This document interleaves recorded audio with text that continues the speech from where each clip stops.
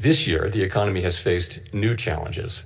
Significantly higher tariffs across our trading partners are remaking the global trading system. Tighter immigration policy has led to an abrupt slowdown in labor force growth. Over the longer run, changes in tax, spending, and regulatory policies may also have important implications for economic growth and productivity. There is significant uncertainty about where all of these policies will eventually settle and what their lasting effects on the economy will be. Changes in trade and immigration policies are affecting both demand and supply. In this environment, distinguishing cyclical developments from trend or structural developments is difficult. So, putting the pieces together, what are the implications for monetary policy?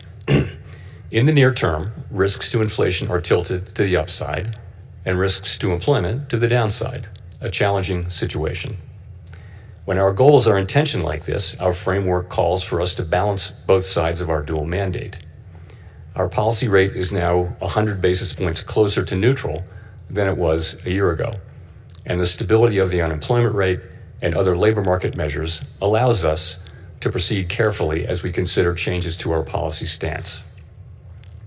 Nonetheless, with policy in restrictive territory, the baseline outlook and the shifting balance of risks may warrant adjusting our policy stance. Overall, while the labor market appears to be in balance, it is a curious kind of balance that results from a marked slowing in both the supply of and demand for workers. This unusual situation suggests that downside risks to employment are rising. And if those risks materialize, they can do so quickly in the form of sharply higher layoffs and rising unemployment.